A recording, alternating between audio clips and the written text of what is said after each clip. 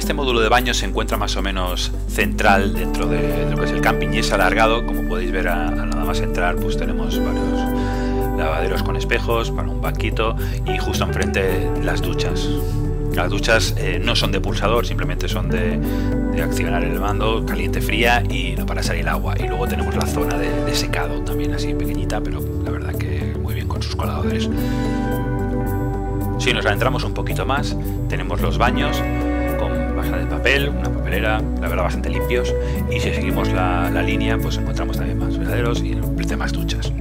Aquí disponemos de la zona de fregaderos, los platos y también para la ropa en el mismo lado.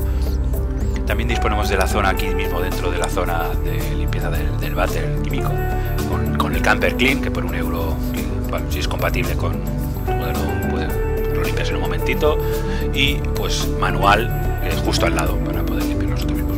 Estos baños son los que están un poquito más cerca de la entrada, también muy reformados, es un poquito más pequeñito, pero la verdad que está muy bien, ya que esa zona tiene la zona para niños, en donde bueno, es una zona que solamente está todo diseñado para ellos.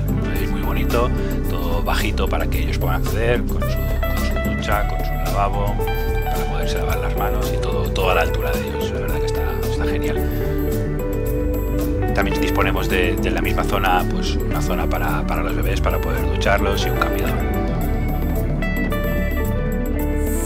Hola, ¿qué tal os ha parecido?